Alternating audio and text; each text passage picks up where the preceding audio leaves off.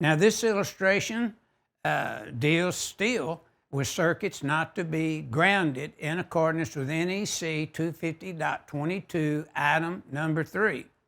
Now again, you have a power supply at the top, which would be ungrounded, supplying that panel board. And you would have a DC type supply going to the DC bus, supplying power for electrolytic type cell type piece of equipment. And notice you'd have a working zone in 668.10, but you use 250.22 item 3 to provide an ungrounded system to electrolytic cells. Then all the metal and everything around the cells have to be grounded and bonded in properly. We could not afford any kind of art to develop. And you must remember, some of the chemicals and materials that they use in these cells is not explosive at all until you heat them up.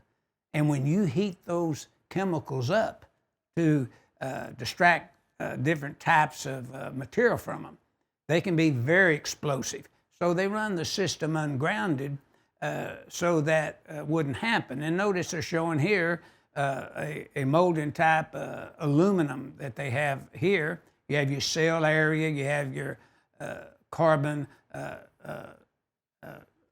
anodes and things that you'd be dealing with, DC bus, and everything is listed there. But you must, as a designer of power to these systems that come from manufactured or maybe they're being installed, I've seen them where you'd have to walk on a catwalk and look down into the equipment. I've seen it just a big piece of equipment. So they come in different configurations, but they're usually always installed by the manufacturer's instructions for these systems.